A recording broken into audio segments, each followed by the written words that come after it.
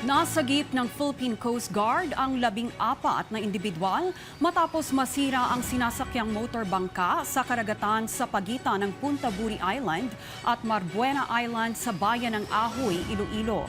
Sa ulat ng Radyo Pilipinas Iloilo, iniulat ng Coast Guard na bumiyahe ang motorbangka mula sa Punta Buri Island patungong barangay Mangorokoro nang makaranas ito ng malalakas na hangin at malaking alon.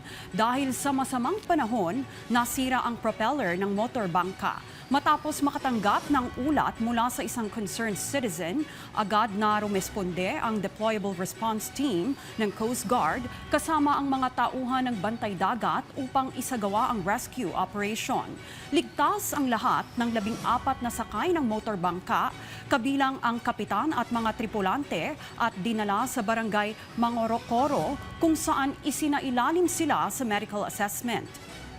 Muli namang pinaalalahanan ng PCG ang mga operator ng mga motorbangka, mangingisda at mga pasahero na iwasang pumalaot kapag may masamang panahon at sumunod sa abiso ng mga otoridad.